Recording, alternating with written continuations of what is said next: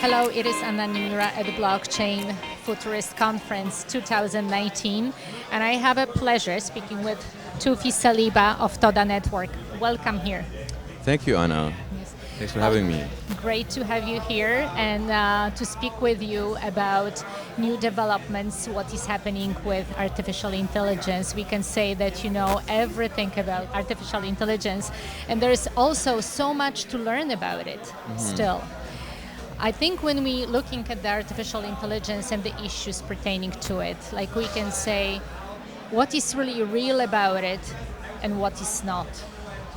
How do you see this? Sure. So, when it comes to artificial intelligence itself, the bar keeps moving of what is defined to be artificial intelligence. So, when you look at calculator at some point in history used to be artificial intelligence, and it's like, whoa, this got that, it's magical.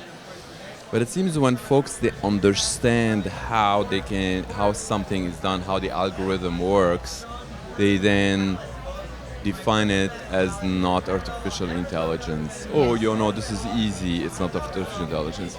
And the bar keeps moving, which is fine. However, the one thing that is interesting that is happening in the world today is decentralized artificial intelligence. Decentralized intelligence. And okay. that is extremely interesting because if you were to combine the word blockchain and put artificial intelligence next to it and then put decentralized and do a search all over every single presentation, every single startup or whatnot, you are likely to find 99% of them to be scams. Because people, they like to use the hype, they like to use the words to trick investors and trick gullible people and be like, oh, that is what we're doing, give us your money. So it creates a lot of noise and it makes it extremely hard for the real thing to come out and surface around all of this rubbish. And it makes it even harder for non-technical investors and people to really find which one is which. So how regular people can actually see the difference between this real artificial intelligence and not? So, I mean, for regular people, I think we need to define what's regular. In my mind, like if it's somebody is a super duper doctor or a lawyer or whatnot, they're not necessarily an artificial intelligence expert. But in the same time, they do have certain brain power and cells that they can use to a certain thing. And when we look at the definition of what is intelligent, and they're able to distinguish between something that is artificial, more so synthetic, we should call it, versus biological. So the biological intelligence, we know how it looks like, we can touch it, it's got cells in it and whatnot, and the synthetic, it doesn't have that. So we start saying that this is the artificial intelligence. Can it do things that couldn't have been done before? Can it do things that other beings, they couldn't have done? And if that's the case, before any of that existed, if you were to look at it from that point, it was referred to as like, well, it can't be done, so therefore it is some sort of intelligence. Okay. Because that's how when you ask somebody to do a math equation, they get it so quickly, you're like, oh my God, they are so intelligent. And then suddenly that's artificial intelligence can do it very quickly. So in that bucket, then you start getting a larger and larger set. Now, if you were to decipher what's being done today, is that new to the world or not, I think folks, they need to do proper search and see, is that person trying to build something that is not done before? And if it's not, what's the value to it? How is that going to add value to the consumer, to Homo sapien? Yes. And if you believe that it adds value to Homo sapiens, and therefore it's likely to be profitable business. Yes. So if you are an investor, sure, you're going to look at it that way. If you are a user, you're going to look at something with based on accuracy rate. Accuracy, that's what you care about. If you're a user and somebody says like, oh, this is facial recognition thing, software, that it uses artificial intelligence, and you upload a picture into it, and it says, this is Donald Trump, and you're like, no, it's not, and you know that this thing is bogus. Yes. But if you send it, let's say 100 pictures, and it gets it 97 times, but there's 3 doesn't get it, then you start looking at the actual accuracy rate. One engine does it 97% accurately, the other one does it, let's say 82. So this can bring things to be a little more interesting. There is nothing today that can actually allow you as a user to look at the two next to each other. Nothing in the world today that can give you that ability. But that doesn't mean that nothing will be.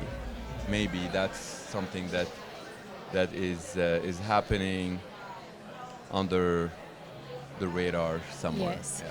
So since you mentioned decentralized intelligence, probably it's a very long description pertaining to it, but is it something that you can, in the short term, describe it? What is the process of decentralized? Absolutely, What is the absolutely. essence of it? Decentralized So- intelligence. So when we say decentralized AI, we're more so referring to the autonomous decentralized governance. Yes. And this is a security model. A lot of folks, when they hear decentralized or whatnot, which is the majority of folks that they think that they know what they're doing, that they are certain experts somewhere or whatnot, they just stop paying attention because the thing is 99%, like I said, there's scams or whatnot, so they build that immunity while they're like, we're not gonna look into this. But if you truly get deep and find that autonomous decentralized governance, when it comes to AI, is actually a security model. And what do we mean by security model? Well, if you don't have it, and you give that future AI that you're building to be plugged into your children, and somebody has it from the centralized governance decides to change their mind of what it could do. It's supposed to do a certain thing. So let's say the future, like I said on stage yesterday, I'm going to give you that example again. Yes. What's a smartphone in the future? It's a pill you take on Friday. You take that pill on Friday, it has the battery, it has all the components, it plugs into your ear, to your vision, so on and so forth, and that is the smartphone. Now we all know smartphones today, they have already artificial intelligence plugged into them. We already know that they are centralized in a way that somebody could activate the camera without even your permission. They could. That is centralized. What's the decentralized? What's decentralized is that even if they want to, they cannot, because it's supposed to do a certain thing and it does it exactly the way it was delivered to the user. It's not that it changes the equation between they want to they cannot. And that is security by design. That is autonomous decentralized governance that we are describing here. Yes. And that is what the future user on this planet would want. And centralized companies don't realize Yes. that today. So since you mentioned that the future mobile will look that will have a pill which will swallow and that will reflect certain things, it reminds me a little bit, there was this computer game called Sims, that it was just people could be in a way directed. If they feeling sad, if they feeling depressed, you're pressing the button and all of a sudden you're feeling better. Right, so it reminds me something like this, and also a lot of things have been like this reflected in the Hollywood movies, where they saying, okay, if you're not feeling right, you can be directed through this artificial intelligence, that you have a chip inside you, and you can actually be a master of your mood and everything what you are doing. Is it really how the future will look for us? Like how this Hollywood fiction translates into our future reality? I mean, This is reality. It's happening as we speak. There are a lot of companies working on this stuff as we speak. There are a lot of innovations and so on and so forth. This isn't fiction. When we talk about decentralized AI, we're talking about security models to prevent someone else from pressing those buttons. Ah, that's very interesting. Right. So right. it's something against that game sims. When someone else controls your mood, it's about you controlling. Correct. Now, why would somebody want to control your mood? And there's a lot of use cases that if I were to give you some examples now, you would think, oh yeah, if I were to be in that control seat, I would do that. People think that if they are in control, they would do it. But when you start thinking in advance, if we allow them to do certain thing like that, what else can they do?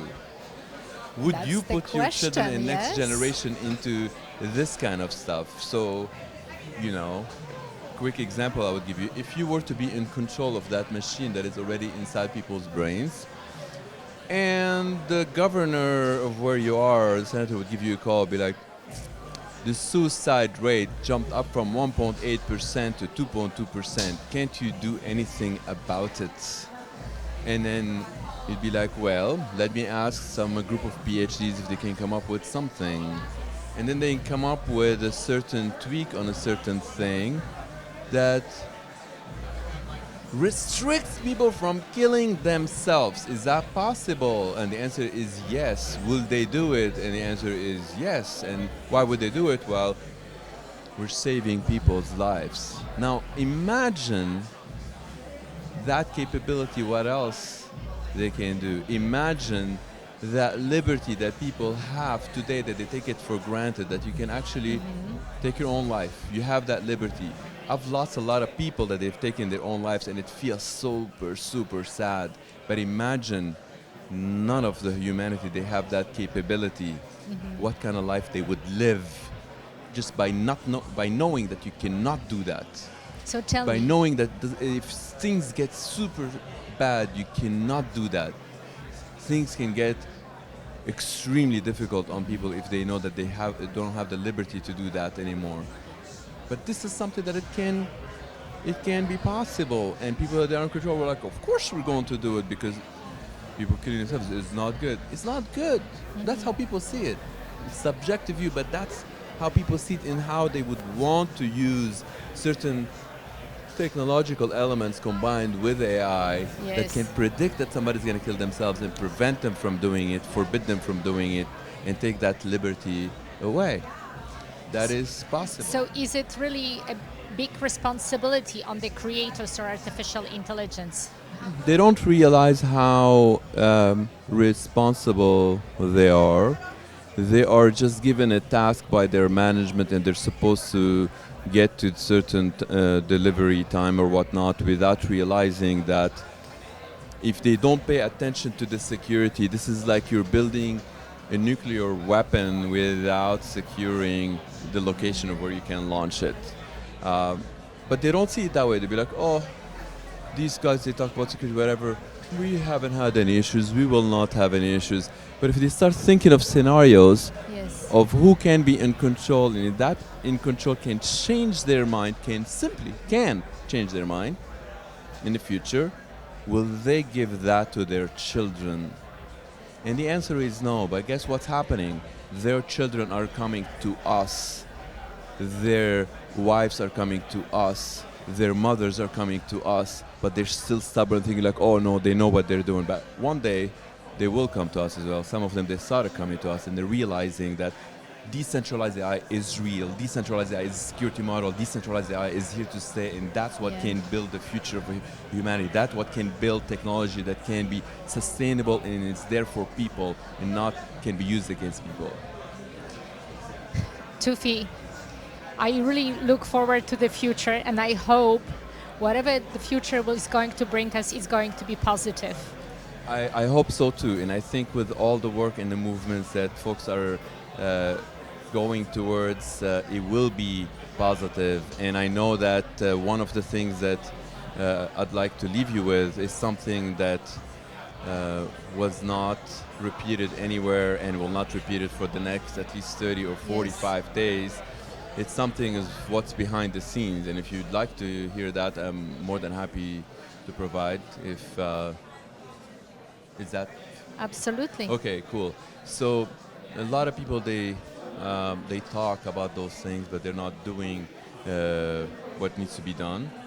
But some are, and I've noticed that, for example, one of the things that we created about a year and 3 months ago is something called the DAIA Foundation, Decentralized AI Alliance. And with that, we've noticed that 53 projects came into that, 53 in a year. So it's almost one per week, the average. So we have about 53 companies there. So that's something that is like actually that movement is progressing quite nicely. Another thing that is actually progressing super nicely is that something that is called the totality, which is it hasn't come out yet. There is no press release on it yet, and this is like before you will find that in the news coming soon. But it's a joint venture that we did between Singularity, Ben, who you interviewed yesterday, and Toda, which we Yes. created something called the Todalarity, which is Singularity on Toda, and it is basically enabling 100 AI engines that they want users, that they want data, that they want to be consumed, that they want to compete between each other and see which one is better. They want to say, I have the better facial recognition software, so they're able to, people can select them and see what's the difference between them and someone else. They get to be plugged into the totality. So that's what we created. We created the totality. There will be press releases on that. There will be announcements on that over the next 30 to 45 days.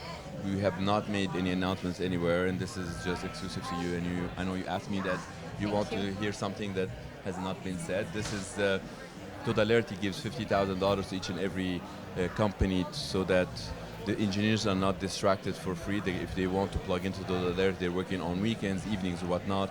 They can utilize that, so as an incentive to not work overtime for free or whatnot. And then the company, of course, can benefit tremendously because they can utilize that engine because it's also pays $50,000 for the people from the inside to connect with the people from the outside. So it comes in without having people to consume additional resources, but yet expose those engines, put them next to each other, get them to compete, get them to get their AI to be utilized by thousands and millions of people and billions of people and so on and so forth. So that's unprecedented. That doesn't exist, and we're doing that using the best of cryptography, using autonomous decentralized governance and so on and so forth. So yeah, that's fresh out of the oven. Let's look into the future.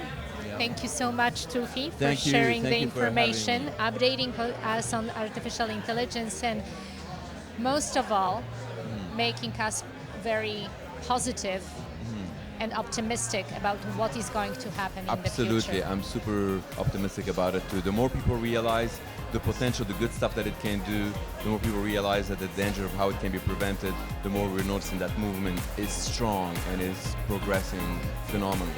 Thank you for that. Thank you. Thank you, Toufi. Thank you.